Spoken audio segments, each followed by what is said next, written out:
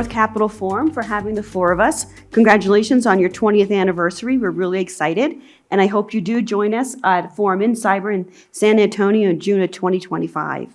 So the folks on the stage here are in the world of cybersecurity, and what you probably don't know, or you may know, is cybersecurity people are fun because it's hard enough, so we enjoy what we do.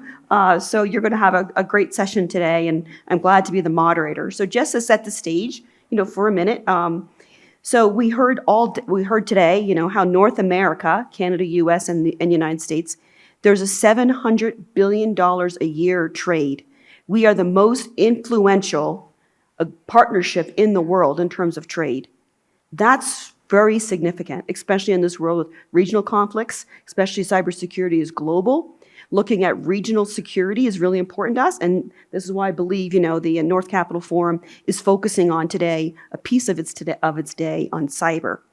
So I spent 12 years, I grew up in Canada, actually, and then I ended up back in the United States, and I worked at the White House and the Pentagon, and I did a lot of national security policy, and then went into cybersecurity and law. And what I have learned is that you must be deliberate in doing policy. You must be deliberate in setting things in motion. In cybersecurity, since it affects everything that we do, we have to think about it and how we're going to move forward. And next to computers, next to vehicles, we heard this morning as well about vehicles being the #1 area of trade between the U.S. and Mexico. The next area of trade is computers and electronics. Just in that area alone in 2023, the trade value was $137 billion. Between U.S.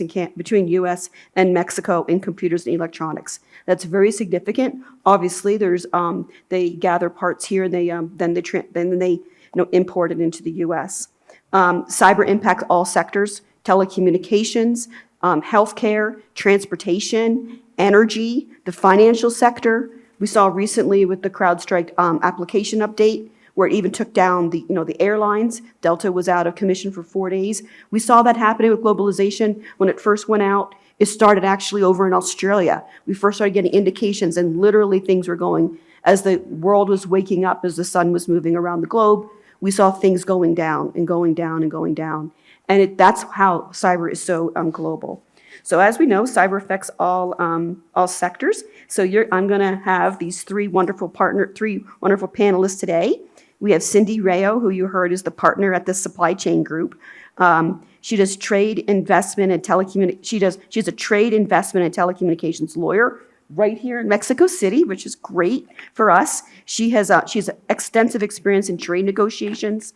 She's part of the advisory board of cyber policy for the Americas with Stanford University. She told me that her favorite color is yellow. And if I could say what a superpower is, which we have superpowers in cyber world, she has got political savviness out the wazoo. She's extremely talented in negotiating trade. So welcome. Thank you, Cindy, for having us. Thank you.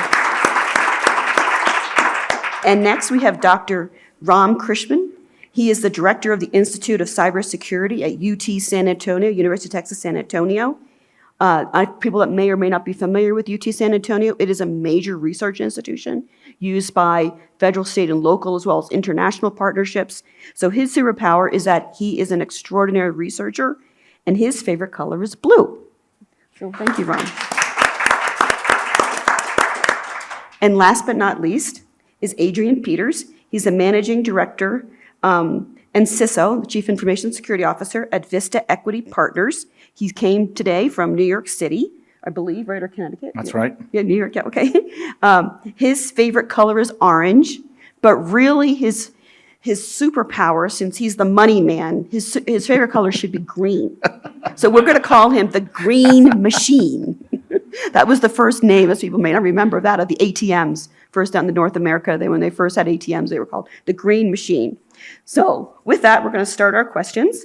The first question we're going to have, the interesting part about it is we have here, from the political side, government side, then we have academia, and then we have industry. So we have a really nice combination of this panel. So kudos to North Capitol Forum for selecting these amazing panelists.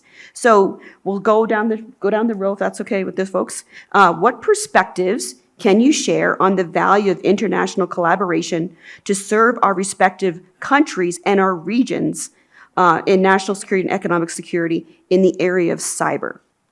Well, thank you for having me today. It's a pleasure to be here with all of you. From my perspective, it's important to highlight the importance of digital economy and cybersecurity. And cybersecurity is linked to the growth of our economies. And a secure digital environment underpins not only the national security, but also the economic environment in our countries.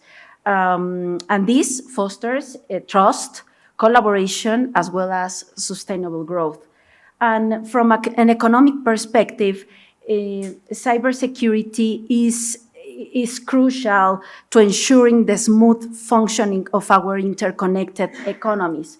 And North America's economic future depends mostly and there is increasingly on digital trade as well as digital deliverable services. And that is why it is important to ensure that trust and confidence in all of these transactions between businesses as well as consumers.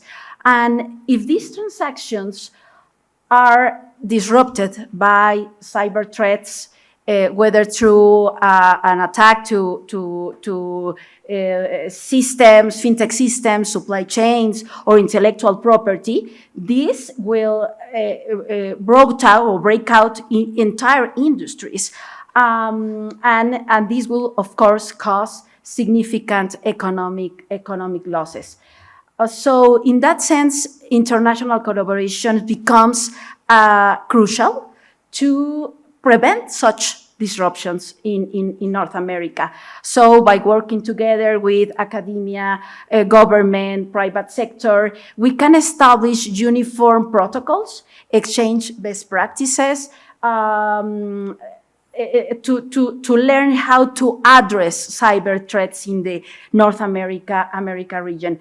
And this coordinated approach is vital for promoting not just the national security, but also an economic stability as well as economic growth and innovation in the region. Thank you so much, Cindy. Rob? Thank you, Cindy, and thanks for being here. Looking forward to this conversation. A couple of numbers that Diane mentioned are important. At the risk of sounding repetitive, I'm just going to still talk about those two things. There is tremendous interdependency in economic security between the three countries. It is pretty clear if you saw some of the charts in the earlier sessions today. There's a company called Latinometrics. I may be misquoting it, but they showed a bunch of fantastic charts, and you could see how interconnected our economies are. So therefore, it's critical that we have strong cybersecurity measures to protect this economy. Now, if you think about all of these trade and commerce that's occurring between these countries, one would think that these are, if it's a car manufacturing, we would think that it's just, tighten the screws, put things back together, and then ship it. That's hardly the case anymore. We are at a very, very advanced stage here. We do advanced manufacturing. All of these manufacturing factories, they use sophisticated technology, including sensing, artificial intelligence, information collection, decision-making, communication, etc. So cyber technology is underlying this entire economy.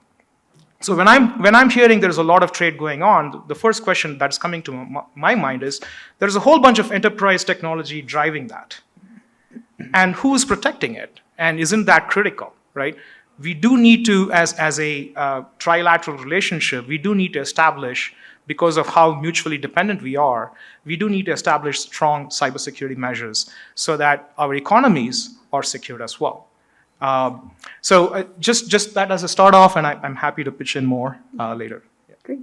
Thank you. Okay, and we'll turn it over to Adrian. Thanks, Diane. And just want to be clear, I'm the practitioner. I work for the money man, which is why I don't have any hair left.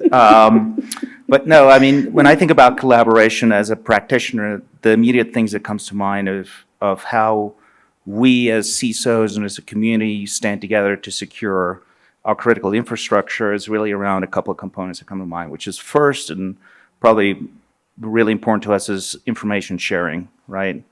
Collaborating around sharing critical information around vulnerabilities, emerging threats, really gives us all the ability in order to move faster, be more proactive, and get ahead of it. I think the second one that really comes to mind is really about resource optimization, right? If countries can pull together their security resources together, it gives us the opportunity to really create a cumulative effort, gives us the ability to create advanced technologies, especially given that if we think about these numbers you mentioned, we are all facing the same threats. Right. Those threat actors are the same ones. Their techniques, by and large, are the same. And I think the third one that comes to mind for us is around standardization of regulations and best practices.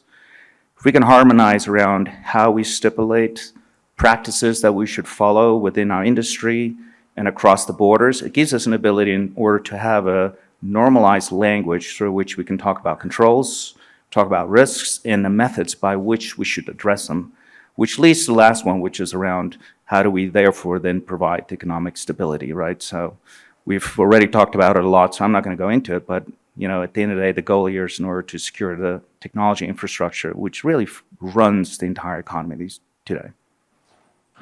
I was talking with someone from JP Morgan, and they go, people think we're in the money business, or the banking business, financial sector, and they go, we're really a technology company because everything runs on technology. So that's like every single sector these days, as we now see that. So thank you for sharing how we need to harmonize regulations across borders and create common controls. That's hard enough in the U.S. They're trying to figure out who's running who in the U.S. in terms of harmonizing cybersecurity regulations. So I'd like to turn it over to Cindy now, because she has done a lot of trade negotiations in this area, and I thought she should at least share a little bit about what's going on today and what she's been working on in the area of cyber regulation for consistency. Yes, thank you for the question. And I'm going to give you additional numbers please. To give you a better perspective on the importance of digital trade and digital deliverable services in the region, and which is in line on what you have already mentioned. The total value of digital order goods and services between the three countries is estimated in about $250 billion, and this includes B2B and B2C business. There are no specific data or official data on digital digital trade because it is difficult to measure, but this is an estimate. And for digital deliverable services, and this is data from the WTO, North America is an important exporter of this kind of services, which represents the North America region represents 17.54% share in the world. So this gave us a perspective on how important is trade, the North America trade for the world in this kind of services. So with this in mind, enterprises and consumers need assurance that their transactions will be secure. And they need the assurance that they will be doing business confidently. And without it, trade would not have the impact or would not increase in these terms.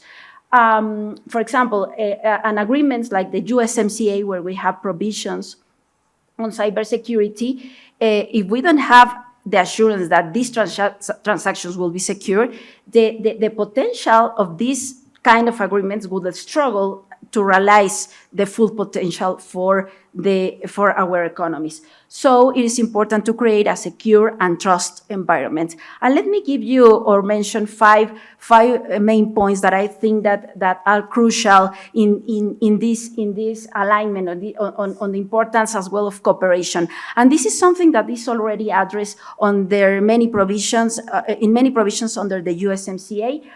The first one is building trust. We have already mentioned this, building trust in the digital transactions. Trust trust is a fundamental element in digital trade.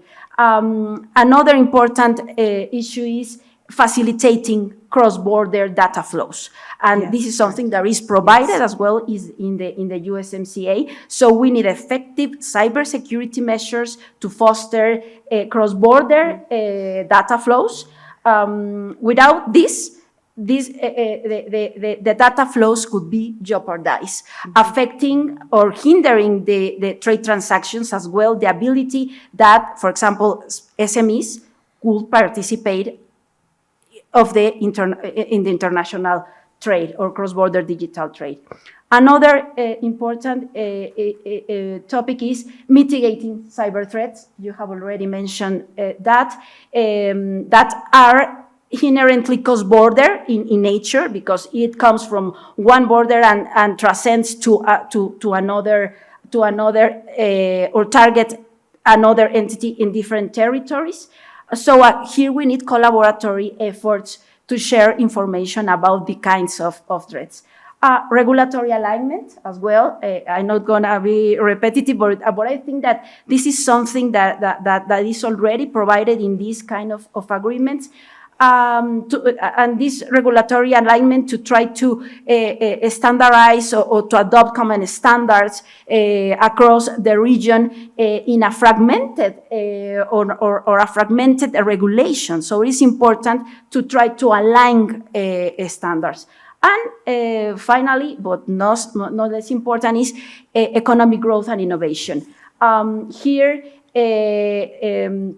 the cybersecurity or confidence in business transactions would also drive to economic growth as well as to innovation. And now companies, when doing investments, when taking decisions for making investments, they are a key factor for deciding where to invest is cybersecurity, as well as the protection and the assurances that they have will be evolving or operating in a secure framework, and their transactions will be protected by different laws and cybersecurity. Great. Well, thank you for that. So it's interesting because, you know, that we had heard earlier that, you know, regulation, we shouldn't always embrace regulation if you can achieve it voluntarily, right? It just encourages more. We do want to have trust across in products, in services, you know, across all three countries, hopefully voluntarily in a way that's really, you know, spurs innovation as well. So with that, I was going to turn the next question over to Adrian because he has real world experience in terms of what Cindy was mentioning, and that investors are looking for a certain level of due diligence. You know, are the companies secure? Have they protected their intellectual property? Do the employees have access to data that they shouldn't have? How is it managed? So he has experience in terms of what does the U.S. expect if they're going to invest in Mexican or Canadian-based companies, and vice versa. So with that, I'll turn that over to Adrian in terms of, are there any tips or tidbits that you could share with us in terms of what people should be expecting if they're looking for investments or to be invested in? It's a great question. So just for a little bit of context, I work for a large private equity firm. We have about $100 billion under management, and we only invest in enterprise technology firms. So that's our bailiwick.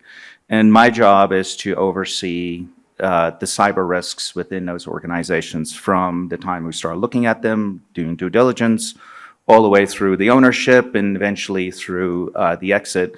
And so that's basically my day-to-day is really around how do we manifest that. And so I think I've got two parts, right, which is our investors in Vista want to know how do we manage risk across our investments, how do we make good risky investments, and then also for us is how do we make sure the companies we invested in, that they're secure and they're running good practices. And so I'd say there's a couple of common themes, which is one is you want to make sure the organization's got a reasonable, mature security program. And we live in a world today where even the small companies, a lot of these startups are already part of a critical supply chain. And so you really got to dig in and you got to understand what's the investments necessary in order to have in a portfolio and for you to be able to rely certain business practices on it. Two is you got to meet regulatory requirements. It is almost impossible today to have a business and operate in the technology field where you don't have a customer or a customer who's a customer or somewhere in the supply chain where there's regulations that you need to adhere to. So meeting those are obviously super critical. Thirdly is to make sure that there's good risk management practices. I'm fortunate at Vista, and part of it is probably because we're in the business of technology. We think that cyber is one of our top 3 operational risks. I think most in the industry actually agree with it. And so we treat it that way. And so we really dig into, we've got separate board sessions specifically every quarter around how is cyber being treated within the organization? How does it compare to the rest of the operational risks? And are we adequately spending in it? Let's make sure we understand it. And I think lastly, that's super important is transparency, right? You want to be able to provide that evidence to your investors. You need to be able to provide it to regulators, and you need to be able to provide it to customers. I think today, if you are working the business, CISOs spend probably about 20% of their time responding to customer inquiries around their cyber programs. And so having the ability to be transparent around it gives you a level up. It gives you a competitive advantage because you can show them you got good practices in place, and show them they should feel comfortable with the processes you have and that you can store their data in a safe way and handle it well. Great. Thank you, Adrian. So with that, we're going to turn it over to Ram because I want him to share about what's being done in the area of research on cyber resiliency. So we heard from Cindy in terms of what the expectations are in international agreements in terms of working on those partnerships and what's expected. We heard from Adrian in terms of you better have it done, or otherwise we're not going to invest in you. So Ram is very critical in this link in terms of ensuring that the components themselves have built-in cyber resiliency, so when they are bought and sold and incorporated, integrated into other elements, that they're secure. So if you could share some activities that UTSA is doing and your role as the director of the Cybersecurity Research Center at UTSA on cyber resiliency. Thank you. I mean, that's a complex word, resiliency, right? I mean, would anyone want to take a guess which country was in Latin America the most attacked in the last year or the year before? From the audience, from the panelists? There you go. Any reason for it, do you think? Absolutely, right? And the integration with the rest of the North American countries, right? I mean, that provides a goldmine of important information for attackers. And Adrian mentioned supply chain, and it's important to reflect on that as well, because gone are the days where, the factories in one country is run by software manufactured elsewhere. So things are highly interdependent, and you do not know which one can be attacked or which one has a backdoor that will bring down a system, and we cannot get the shipment somewhere else, right? So there's so much dependency between all these countries and driven by entities outside these countries. So it's very important for cybersecurity to be thought of as a collective measure here between all the countries involved as opposed to just one. Now, back to resiliency question. Yeah. Pre-COVID, go back late 2019, early 2020, COVID hit, and we did something. Did you all think we were prepared? Absolutely not. Did we all predict something like that is going to happen? Absolutely, yes. A lot of reports were already out there saying that a pandemic could break out very easily. And what did we do? We kind of, we responded in a very haphazard way, right? And we operated through COVID somehow, not optimally, but somehow recovered, and we are back to normal shape. And that's what resiliency is all about, but we want to do much better than how we responded last time, right? Except think of this as more like, I hate to use boogie words, but cyber COVID or something to that effect. Imagine a scenario where you cannot plug into the internet. An enterprise is attacked and it's brought down, and if it turns on a machine, it's going to be attacked further. That is the kind of situation we could foresee, and if that were to occur, we need to be resilient to that. We need to operate through that attack, and we need to recover to a normal stage, right? So this idea is called cyber resiliency, and it's a very, very important cybersecurity philosophy going forward. And so we want to plan for it much better than what we did for other scenarios, right? So resiliency is all about can you operate through an attack, and this is a big US Department of Defense parlance now that we want to be able to be cyber resilient. And there's a lot of research occurring in UTSA, the institution I'm from, and across other institutions, I'm sure, that I collaborate with. We have a number of cybersecurity centers. We have one on, the one I direct is foundational security. We focus on all aspects of cloud computing, et cetera. We also have one on manufacturing, supply chain, security of secure manufacturing of equipments across different parts of the world. We also have a very exciting center that focuses on cyber community security. So it's all about can a particular geography, let's say state of Texas, can share information, to your point, about cybersecurity attacks occurring in, let's say, the water supplier, sharing that information with the electric utility provider, right? Can they share this information so that they can be better prepared? So there is a center that does tabletop exercises across the country, actually, talking about, hey, if you were cyber attacked, what are you going to do tomorrow? What's the first thing you're going to do? No, but surprising, a lot of people do not know. Unless you're a really mature organization, of course, then you'd know. But a lot of these companies are very small companies, and they do not have a dedicated cyber team, right? And this is a big issue. Yeah. Oh, and Ram, I would add, it's not just have a mature program, but have practiced it frequently. There you go. Yeah. Even big organizations may not have those kinds of practices. Yeah, they want to see the playbook demonstrated that it's been practiced, right? So I'm going to take a quick survey here. We're going to keep going when the number's going to go higher, and then put your hand down if it doesn't apply to you. Everyone that has at least one device. Everybody's hand should be up, right? Okay. 2 devices. 3 devices. 4 devices. 5 devices. What I would proffer is we all have more than 5 devices and we just don't think about it because of the Internet of Things, with your car and your refrigerator, and now they got coffee makers, and we even saw that one of the attacks on you got, how many do you have? 64? His hand is still up. Maybe 6 or 7. Oh, 6. Okay. You use your screen, your TV. Yeah, there you go. That's right. We all have more than we think we do. So I think that there's something to say for that. In terms of, it was mentioned, was the casino was hacked through the programmable thermostat of the fish tank.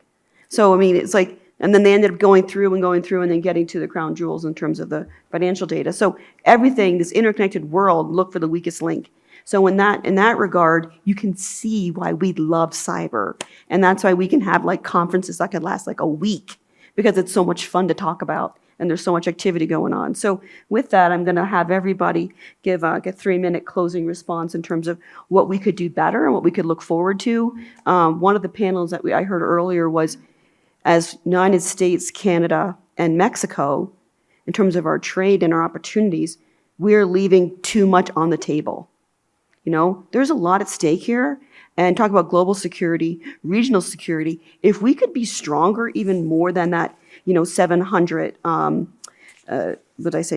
billion a year, if we could be stronger than having secure infrastructure in place in terms of also the data flow regulations and harmonization, can you imagine how incredibly powerful we would be?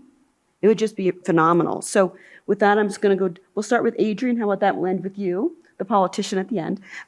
So we're going to do the green machine, the mad scientist, and then the politician. What can we do better as we go forward? Welcome. Well, I think kind of goes back to the fundamentals, and we talked about it, which is, I think, one is information sharing. In the private sector, we've actually already had a lot of really good success, so we know it works. We, in a financial space in the mid-2000s, established FSI-SAC, which is a big financial community globally where we share cyber intelligence with one another to the millisecond around indicators of compromise. So if somebody sees something that's malevolent, they can immediately share it with the entire group. Everybody can inoculate themselves. Their firewall rules get updated, et cetera. And so if we can share more information, we can all be better prepared. We saw the CrowdStrike effect, which moved as the sun came up. If we were sharing information well, everybody would have known before we even woken up, right? And so being proactive in cyberspace is imperative. Seconds matter so fast. I think, secondly, looking for opportunities where we can collaborate. The universities already have really good institutions, but I think if there's better ways for us to do it across the border and across universities, I think that'd be fantastic. Thank you. What could we do better? So obviously I didn't know everything about this field, and so I looked up, and the closest model I could find is European Union. And if you see, it's a block of countries, and they have very similar concerns. There is trade, there is free flow of goods and services, electronic goods and services. And they do have an organization. I forget exactly what it's called. It's European Union Agency for Cybersecurity, something of that nature. It's an official wing of European Union. It has elected bodies in there. So it's a critical organization. And what do? They establish standards across these countries. If something is manufactured in one country, there is a standard that they need to follow for cybersecurity versus another, right? So there is some kind of security commitment across all the countries that are involved in that block. And I think it's a good framework to think about, right? So the kind of thing that Adrian mentioned, those are important technical things we need to do, but it's important to have an architecture within which we could do it. And one way to do that is to have this kind of a broad body that could actually, that could have participants from the 3 North American countries at least, right? And possibly having experts from different parts of the economy, and establishing this organization. And the charter could be many, right? So obviously one is establishing cybersecurity standards, establishing ways to share information. If there is an attack, training, how do you respond to it? It's one thing to know that there is an attack. It's completely another thing to see what you can do about it. And you could do education. So I'm coming from academia, so most of our collaborations, I do collaborate with some universities in Mexico, especially Tec de Monterrey. Most of that collaboration occurred organically. I met someone in a conference, they did some interesting work, I do some interesting work, we talk, and we exchange students. It would be much better if we have a much more formal way to collaborate with institutions across three countries, and have students that can flow freely between the 3 countries, right? University of Texas system is a pretty big system. It has, I think, 9 academic institutions, 5 hospital healthcare institutions. It's a massive system, and we have actually a nice model. It's called Context. It's a CONACYT, many of you know here. It's the funding organization in Mexico, equivalent to the National Science Foundation in the United States, which is where I get most of my funding from for doing my research. Anyway, so CONACYT and UT system has a joint agreement where they could fund students from Mexico and the US to go between the two, between Texas and Mexico, especially Tec de Monterrey. And we exchange students and train these students at the PhD level. In fact, I have a PhD student who's actually funded through CONACYT working with me right now in Texas. So there are many such kinds of frameworks we can do, and I think within that broad umbrella of, in that organization, training, preparedness, emergency preparedness, all of those activities should be performed. I think that could be a good start. Thank you. I will add increasing investment in the private and in the public sector on cybersecurity, especially for SMEs, because they lack on the resources to adopt measures and to adapt measures to address cyber threats. So investment on cybersecurity is crucial, as well as for training this kind of enterprises. And another point is to leverage emerging technologies and democratization of artificial intelligence. Because artificial intelligence can be a tool for this kind of enterprise, a small enterprise, that could use this kind of new technologies to address, to prevent, to detect cyber threats. So it is important to democratize the use of artificial intelligence on cybersecurity. And I will add a final point, that is not to prescribe the technology to be used. respect the neutrality of the technologies.